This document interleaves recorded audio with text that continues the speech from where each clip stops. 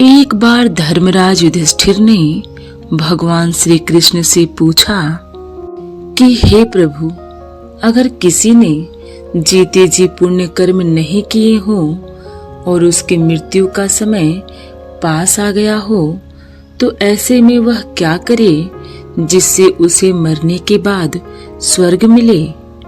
आखिर कैसे एक ही दिन में प्रायश्चित किया जा सकता है? तब इसके जवाब में भगवान श्री कृष्ण ने एक रोचक कथा सुनाई। कथा के अनुसार एक बार विंध्य पर्वत पर क्रोधन नामक एक महाक्रूर बहेलिया रहता था। उसने अपनी पूरी जिंदगी हिंसा, लूटपाट और मदिरा पान में बिताया था।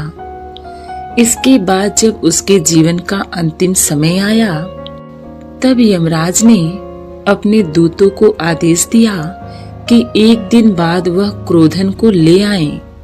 यमराज का आदेश पाकर दूत सीधा क्रोधन के घर पहुंच गए, जहां यमदूतों ने क्रोधन को बता दिया कि कल तेरा अंतिम दिन है।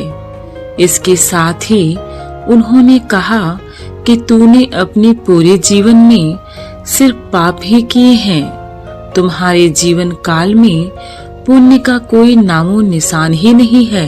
लेकिन अगर तुम चाहो तो पुण्य अर्जित कर सकते हो। अभी भी एक दिन का समय तुम्हारे पास है।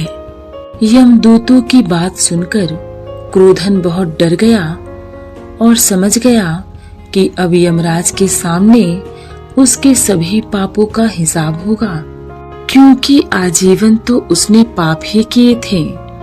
वही वह यह भी सोच रहा था कि एक दिन में पुण्य कमाना नामुमकिन है। इसके बाद मृत्यु के डर से भयभीत बहेलिया महर्षि अंगिरा की शरण में उनके आश्रम जा पहुंचा और उन्हें सारी बात बताई। क्रोधन की बात सुनकर महर्षि ने कहा कि परेशान मत हो बालक, भले ही तुमने अपना पूरा जीवन अज्ञानता में बिता दिया हो, लेकिन मेरे नजरिए में यह भी कोई साधारण बात नहीं है कि मौत के एक दिन पहले तुम्हारी आंखें खुल गई हो और तुम्हें अपनी गलती का एहसास हो गया हो। इसके बाद महर्षि ने क्रोधन को एक ऐसा उपाय बताया जिससे उसके सारे पाप खत्म हो जाएंगे, जिससे उसे स्वर्गलोक की प्राप्ति होगी।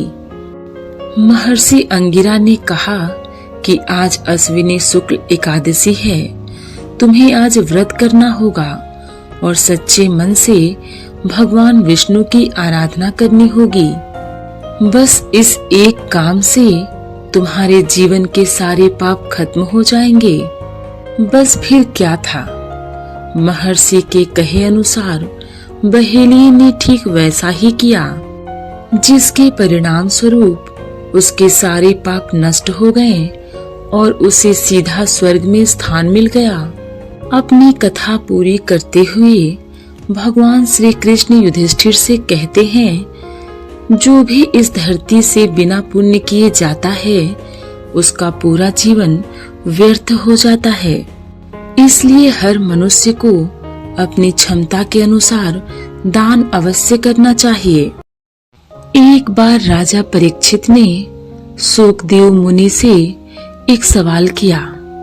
उन्होंने कहा कि हे मुनिवर, कई बार हम अनजाने में अपने पैरों तले चींटियों को कुचल देते हैं, श्वास के माध्यम से वायु में जीवों को नष्ट करते हैं, लकड़ियों को जलाते समय उस पर मौजूद जीवों का नाश कर देते हैं। तो ऐसे पापों का प्रायश्चित कैसे किया जाए? राजा परीक्षित की बात सुनकर आचार्य शोकदेव ने बड़ी ही सरलता से जवाब देते हुए कहा कि ऐसे पाप से मुक्ति के लिए रोज प्रतिदिन 5 प्रकार के यज्ञ करने चाहिए।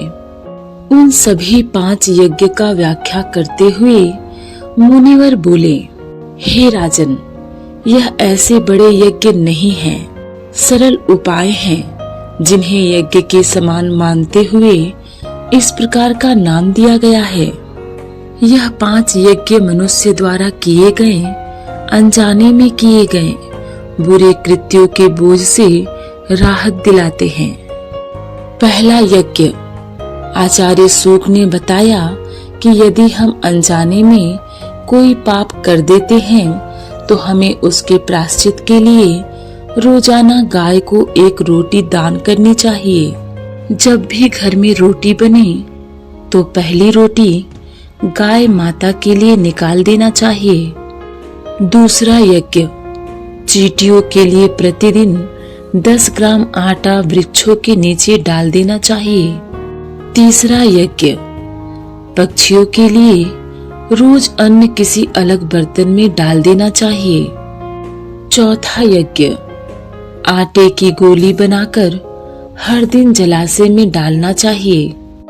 पांचवा यज्ञ, रोटी बनाकर उसके टुकड़े करके उसमें घी चीनी मिलाकर अग्नि को भोग लगाएं। इसके साथ ही गरीब दुखिया की हर मुमकिन मदद करनी चाहिए। एक बार वासुदेव श्री कृष्ण अपने महल में दत्तवन कर रहे थे। उनके साथ देवी रुक्मिणी स्वयं अपने हाथों में जल लिए उनकी सेवा में खड़ी थीं। तभी अचानक गोपाल हंसने लगे, जिस पर रुक्मिणी जी ने सोचा कि शायद मेरी सेवा में कोई गलती हो गई है, इसीलिए कृष्ण जी हंस रहे हैं। भगवान को हंसता देख देवी ने श्री कृष्ण से पूछा, प्रभु, आप दत्तवन करते समय अचानक ऐसे क्यों हंस पड़े? क्या मुझसे कोई गलती हो गई?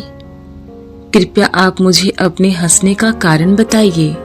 देवी रुक्मिणी का प्रश्न सुनकर मुरलीधर बोले, नहीं प्रिय, आपसे सेवा में त्रुटि होना कैसे संभव है? आप ऐसा न सोचें, बात कुछ और है। तब रुक्मिणी जी ने कहा, आप अपने हंसने का रहस्य मुझे बता दें तो मेरा मन शांत हो जाए, अन्यथा मेरे मन में बेचैनी बनी रहेगी। तब भगवान श्री कृष्ण ने मुस्कुराते हुए कहा, देखो, वह सामने एक चींटा चींटी के पीछे कितनी तेजी से दौड़ा चला जा रहा है। वह अपनी पूरी ताकत लगाकर चींटी का पीछा कर उसे पा लेना चाहता है। इसी माया शक्ति की प्रबलता का विचार करके हंसी आ रही है। भगवान श्री कृष्ण की बात पर आश्चर्यचकित होते हुए देवी रुक्मिणी ने कहा, वह कैसे प्रभु? इस चींटी के पीछे चींटे को दौड़ते देखकर आपको अपनी माया शक्ति की प्रबलता कैसे दिख गई? तब भगवान श्री कृष्ण ने कहा, मैं इस चींटे को 14 बार इंद्र बना चुका हूँ। 14 बार देवराज के पद पर सुख पाने के बाद भी इसकी भोग लिप्सा समाप्त नहीं हुई। यही देखकर मुझे हंसी आ गई। इंद्र का पद भी भोग योनि है। मनुष्य अपने उत्तम कर्मों से इंद्रत्व को प्राप्त कर सकता है। 100 अश्वमेघ यज्ञ करने वाला मनुष्य इंद्र पद प्राप्त कर लेता है, लेकिन जब उनके भोग पूरे हो जाते हैं तो उन्हें दोबारा धरती पर आकर जन्म ग्रहण करना पड़ता है। प्रत्येक जीव इंद्रियों का स्वामी है, लेकिन जब जीव इंद्रियों का दास बन जाता है तो उसका जीवन कलुषित हो जाता है और बार बार जन्म मरण के बंधन में पड़ जाता है। केवल वासना ही पुनर्जन्म का कारण है, अतः वासना को ही खत्म करना चाहिए। इस पर विजय पाना ही सुखी होने का उपाय है। अर्थात अग्नि में घी डालते जाएं, वह और भी बढ़ेगी। यही दशा काम की है। उसे बुझाना हो तो संयम रूपी शीतल जल डालना होगा। भगवान श्री कृष्ण आगे कहते हैं कि संसार में मोक्ष प्राप्त करना अत्यधिक कठिन है, क्योंकि वासना बढ़ती है तो भोग बढ़ते हैं। इससे संसार कटु हो जाता है।